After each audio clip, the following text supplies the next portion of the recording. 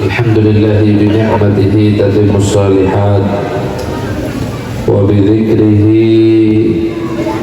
وذكر أوليائه تتنزل الرحمات والبركات والنفحات. اللهم صل على سيدنا محمد صلاة تغفر بها الذنوب وتصلح بها القلوب وتنطلق بها الأصول وتلين بها الصعوب وعلى آله وصحبه ومن إليه منسوب.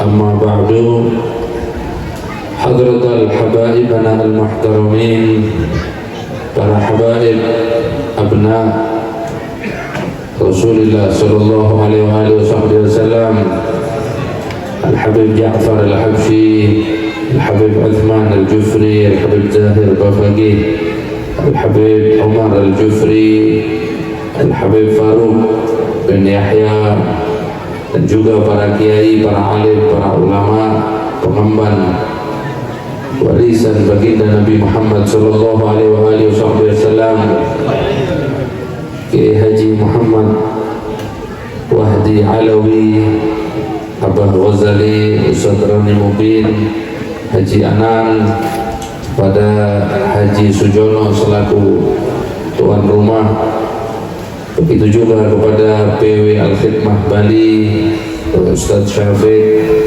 beserta imam khususiyah, hadirin hadirat jamaah Majelis Al-Khidmah, dan juga tidak lupa kepada semua pimpinan Majelis Tahlim, Majelis Zikir, Majelis Sholawat, pada guru-guru ngaji, tuan-tuan guru, tokoh masyarakat, rahimakumullah. Alhamdulillah, semenjak tadi kita diajak membaca manaqib Sayyidina Syekh Abdul Qadir Al-Jilani. Kita diajak bersama-sama untuk mengikuti sejarah seorang Sultan Aulia, sejarah Sayyidina Syekh Abdul Qadir Al-Jilani, sejarah orang yang telah sukses kenal kepada Nabi Muhammad, sejarah orang yang sukses sampai kepada Allah Subhanahu wa ta'ala. Dilanjut dengan kita membaca sirah Nabawiyah melalui untaian syair Maulid At-Tibai. Diajak kita untuk kenal Nabi Muhammad, diajak kita untuk bersambung hati dengan hati Nabi Muhammad, diajak kita untuk menuju lautan kekasih Allah, lautan seorang nabi yang suci dan paripurna, yaitu baginda Nabi Muhammad sallallahu alaihi wasallam. Semua ini berkah murabbi kita, semua ini adalah berkah guru kita, semua ini adalah berkah seorang mursyid yang begitu getol untuk mengajak para muridin, mengajak para pecintanya, mengajak orang-orang yang ada bagian daripada umat Nabi Muhammad untuk selalu bersambung kepada para wali-wali Allah dan baginda Nabi Muhammad sallallahu alaihi wasallam. Laula murabbi ma'araftu rabbi. Kalau kita bukan karena seorang guru yang menuntun kita, kalau bukan karena seorang muallim, bukan seorang yang mengajak kita menyambungkan hati kepada orang-orang soleh, bukan karena seorang guru yang mendidik kita, bagaimana kita akan kenal kepada Nabi Muhammad dan kenal kepada Allah Subhanahu wa ta'ala. Hasya wa kalla.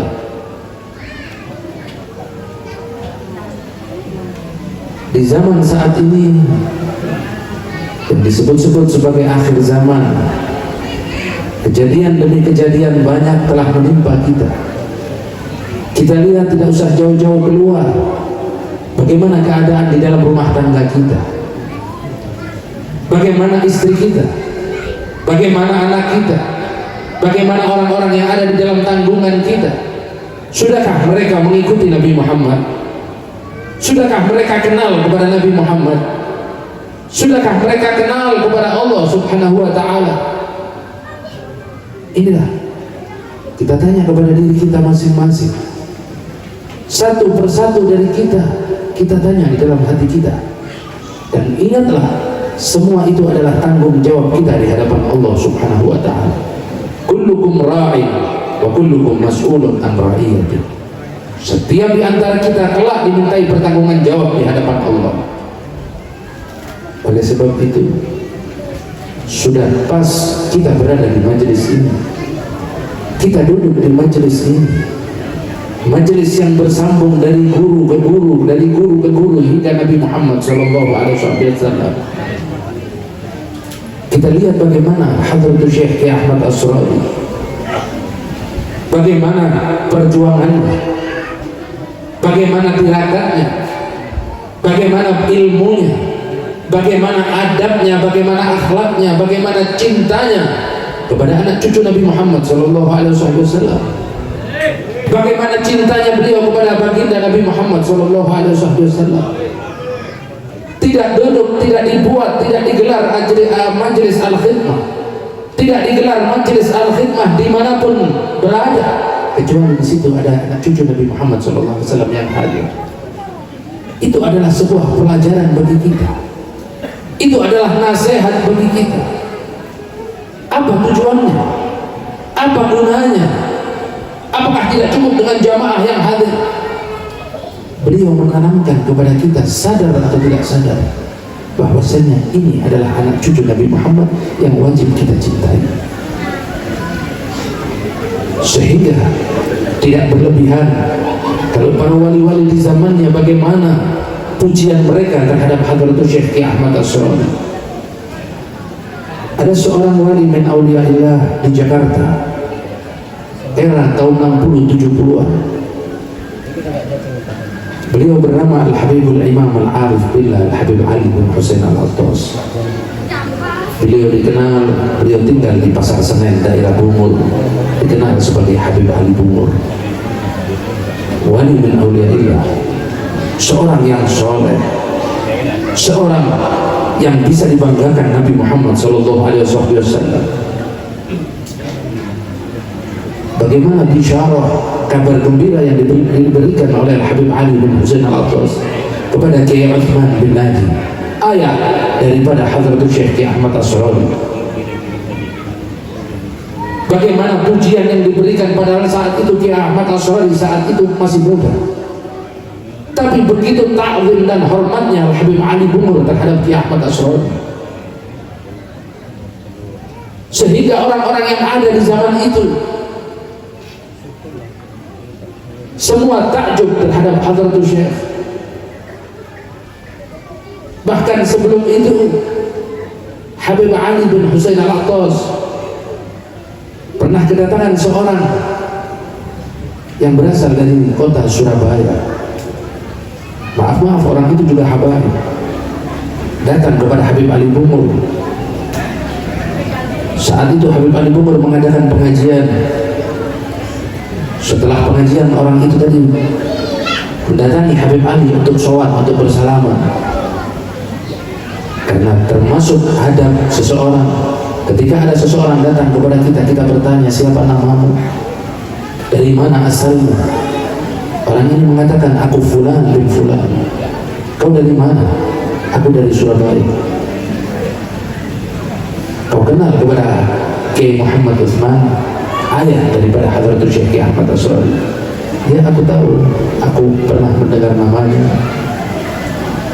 Apakah rumahmu jauh dari tempat dia? Lumayan dah, Habib, kira-kira 8 kilo begitu. Kau tidak pernah bertemu dengannya? Tidak pernah, tapi aku sering dengar namanya. Kata Habib Ali Bungur, termasuk kerugian yang besar kau hidup di zaman Kiai Muhammad Utsman, tapi kau tidak pernah bertemu dengan Kiai Muhammad Utsman. Ketahuilah bahwasanya Kiai Muhammad Utsman adalah orang yang dicintai oleh Syekh Abdul Qadir Al-Jilani. Sebuah kesaksian dari seorang wali min auliyaillah.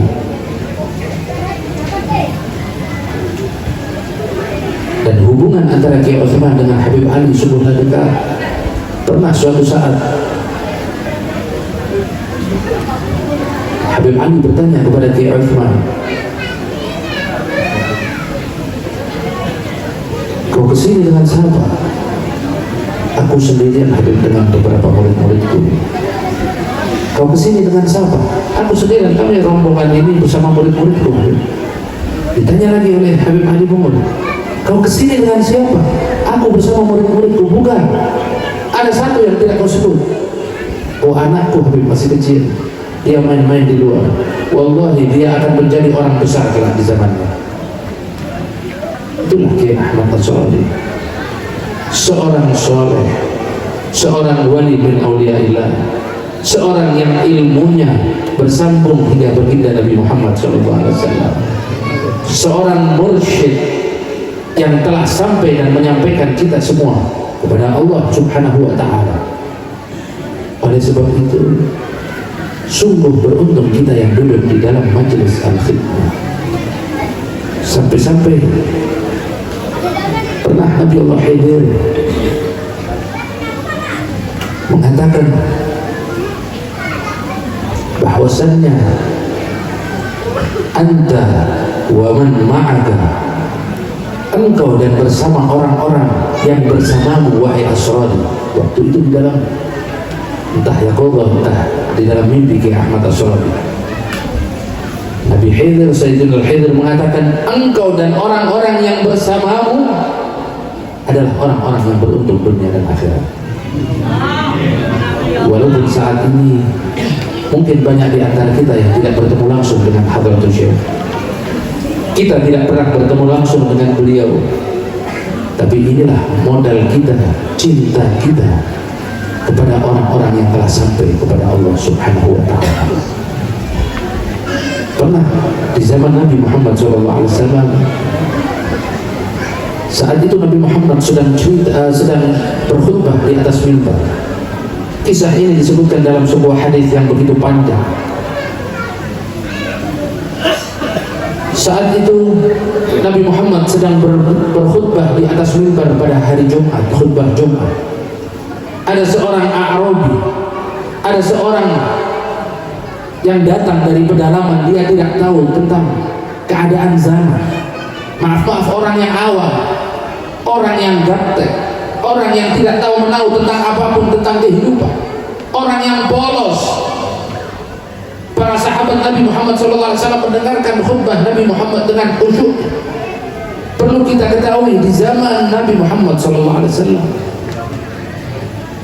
yang banyak meriwayatkan tentang wajah Nabi Muhammad, yang banyak meriwayatkan tentang bagaimana sifat wajah Nabi Muhammad SAW, hanya dari cucu beliau Sayyidina Hasan dan Sayyidina Husain. Para sahabat tidak berani menatap wajah Nabi Muhammad. Para sahabat tidak berani melihat wajah Nabi Muhammad karena keagungan baginda Nabi Muhammad dan haibah Nabi Muhammad SAW. Bahkan para sahabat Nabi apabila bertemu dengan Nabi, duduk di majelis Nabi, mereka menundukkan kepalanya, sampai-sampai disifatkan seandainya ada burung hinggap di kepala mereka, maka burung itu tidak akan terbang karena dikira dia sedang hinggap di atas batu. Karena khusyuknya mereka, karena ta'zim pengagungan mereka terhadap baginda Nabi Muhammad SAW. Saat itu A'rabi mengatakan kepada Nabi Muhammad, "Ya Rasulullah, mata sa'ah."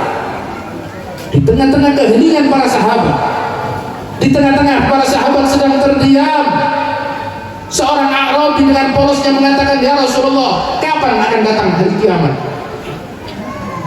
Nabi Muhammad dengan akhlaknya, seorang yang punya akhlak paripurna, seorang yang memiliki akhlak yang sungguh indah dan hebat, yang Allah sebut di dalam Al-Quran, "Wa innaka la'ala khuluqin 'adzim." Apa yang dilakukan Nabi Muhammad? Marah Nabi Muhammad? Tidak.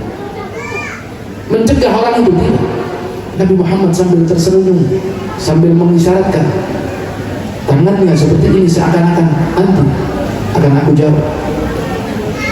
Setelah khutbah Jumat selesai, sholat Jumat usai, Nabi Muhammad bertanya kepada para sahabatnya, mana yang tadi bertanya tentang datangnya hari kiamat?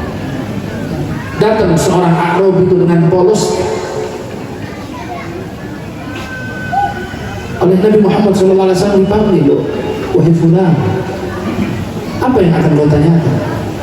Ya Rasulullah, mata sa'ah, kapan datangnya hari kiamat? Tersenyum Nabi Muhammad SAW. Apa yang dikatakan Nabi? Ma'adatka minas sa'ah, apa yang kau persiapkan untuk datangnya hari kiamat? Arabi tadi dengan pedenya mengatakan, ya Rasulullah, aku bukan seseorang yang banyak sholatnya, aku bukan seseorang yang banyak mengeluarkan sedekah karena aku orang miskin, aku bukan orang yang banyak berpuasa karena aku tidak kuat dalam puasaku, aku bukan orang yang dengan sujud, tidak. Tapi ya Rasulullah, modalku untuk menghadapi hari kiamat, modalku untuk menunggu datangnya hari kiamat hanya satu ya Rasulullah. Para sahabat matanya menyorot kepada orang ini. Apa yang kau persiapkan wahai fulan? Kata Nabi Muhammad, ya Rasulullah, satu modal yang aku gunakan untuk menghadapi hari kiamat, yaitu aku sangat cinta kepadamu ya Rasulullah. Dipeluk oleh Nabi Muhammad, dikatakan, anta ma'a man ahbabta, engkau akan bersama orang yang kau cintai. Itulah keadaan kita. Al-ulama warathatul anbiya, para ulama adalah pewarisnya para nabi. Saat ini Nabi Muhammad sudah tidak lagi bersama kita, tapi rohaniah beliau selalu bersama kita.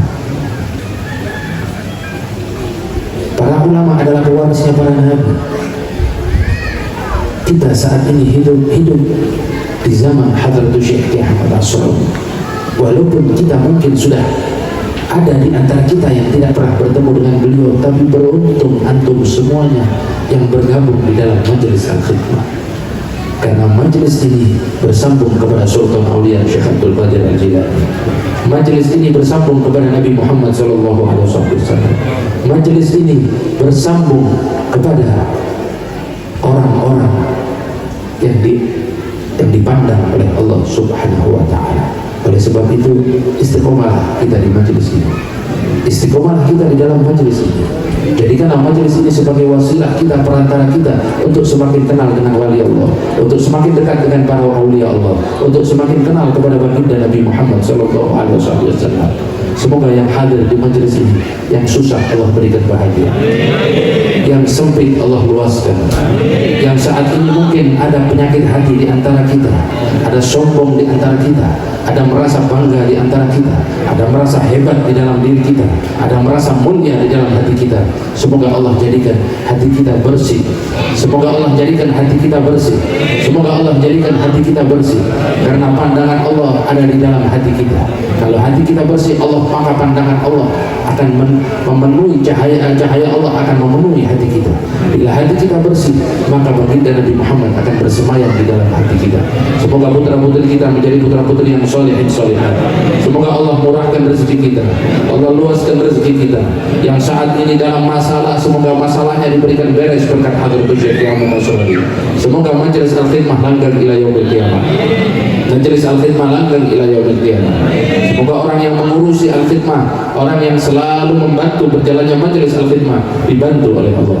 Dan semoga Allah Subhanahu wa Ta'ala menjadikan kita yang hadir semuanya ini menjadi pecinta-pecinta baginda Nabi Muhammad SAW.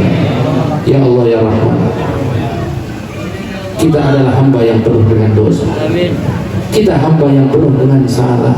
Maafkan salah kami ya Allah, maafkan salah kami ya Allah.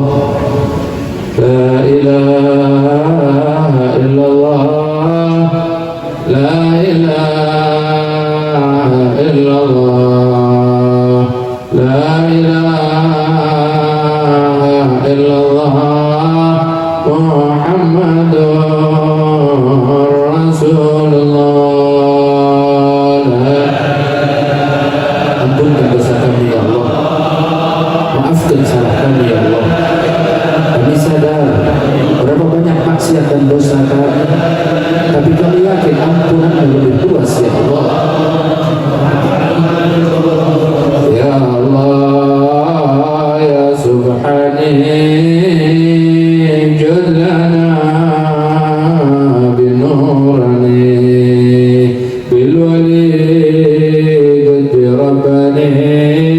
Syekh Abdul Qadir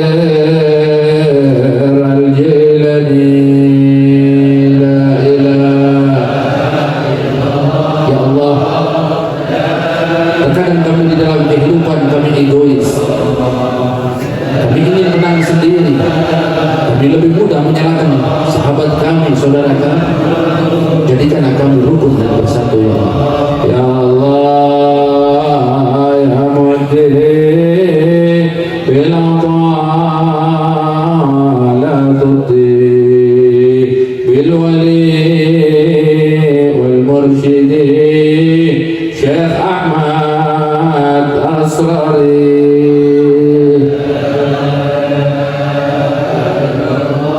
Ya Allah, jadikanlah hubungan kami dengan guru kami benar-benar hubungan batiniah yang kuat. Semoga amalan ini bisa menyenangkan hati guru kami, ya Allah. Senangnya hati guru kami adalah bahagianya Nabi Muhammad sallallahu alaihi wasallam. Bahagianya Nabi Muhammad sallallahu alaihi wasallam adalah rahmatnya Allah yang akan turun. Ya Allah, ampunkan dosa kami, ya Allah. Kami tidak punya amal apa-apa untuk menghadap-Mu, ya Allah. Kami tidak punya amal apapun untuk menghadapi, untuk masuk di dalam kubur-Mu, ya Allah. Kami tahu kami akan mati. Kami tahu kami akan berpisah dengan orang-orang yang kami cintai. Kami sadar suatu saat kami akan dimasukkan ke liang kubur. Tapi kenapa saat ini kami masih seperti ini, ya Allah? Berkah bulan lahirnya Nabi Muhammad, rubahlah keadaan kami, ya Allah. Berkah bulan Maulid Nabi Muhammad SAW, jadikanlah kehidupan kami lebih baik daripada hari kemarin, ya Allah. Penuhilah di dalam hati kami cinta kepada Nabi Muhammad. Penuhilah cinta kepada para orang-orang soleh-Mu, ya Allah. Ya Allah, selama ini kami belum bisa berbakti kepada kedua orang tua kami. Berapa banyak kami berbuat zalim terhadap kedua orang tua kami, ya Allah. Berapa banyak kami membuat mereka menangis. Berapa banyak kami membuat mereka hatinya sedih. Ampunkan dosa kami, ya Allah. Maafkan salah kami, ya Allah. Bahkan berapa banyak orang tua kami yang telah meninggal dunia, ya Allah. Kami lupa terhadap mereka. Kami tidak sadar. Kami lupa, ya Allah. Ingatkan kami, ya Allah. Berikanlah rasa mahabbah terhadap Nabi-Mu dan berikanlah rasa bakti kepada kedua orang tua kami, ya Allah. Ya Allah, kami tidak punya apa-apa di dunia ini melainkan cinta, ya Allah. Kami tidak punya amal apapun melainkan cinta, ya Allah. Kami cinta Nabi Muhammad. Kami cinta orang-orang soleh. Kami cinta Syekh Abdul Qadir Jilani. Kami cinta para aulia-aulia-Mu. Kami cinta terhadap guru kami Hadratul Syekh Ahmad Asrari. Maka jadikanlah amal kecil kami ini bisa menyenangkan mereka, ya Allah. Bisa menyenangkan mereka, ya Allah. Ya Allah, jadikanlah akhir kehidupan kami husnul khatimah. Jadikanlah akhir kehidupan kami husnul khatimah, ya Allah. Orang yang mati dalam keadaan husnul khatimah, tatkala kita masuk ke dalam kubur, wa ba'dahu aisar, kata Nabi Muhammad sallallahu alaihi wasallam. Rasulullah, la ilaha illallah, la ilaha illallah, la ilaha illallah, Muhammadur Rasulullah. Allahumma jama'na hadha jama'an marhumah, tafarruqana min ba'dihi tafarruqan maksumah, la taj'al minna wala syaqiyyan wala mahruman bi rahmatika ya arhamar rahimin. Ya abana istaghfir lana dhunubana innaka kunta qadirin. Ya Allah, ya wajib hadirat khairin, tawassalna bi habibika bi hajatina barin, hajatan dunya bil maisarah wa hajatal akhirah bil maghfirah. Rabbi ighfir lana wa li walidayya, Rabbi ighfir lana wa li walidayya, Rabbi ighfir lana wa li walidayya warhamhum kama rabbana shighara. Rabbana atina fid dunya hasanah wa fil akhirati hasanah wa qina adzabannar. Yang benar datang dari Allah, salah dari saya pribadi. Saya mohon maaf apabila terlalu panjang dan ada salah kata. Assalamualaikum warahmatullahi wabarakatuh.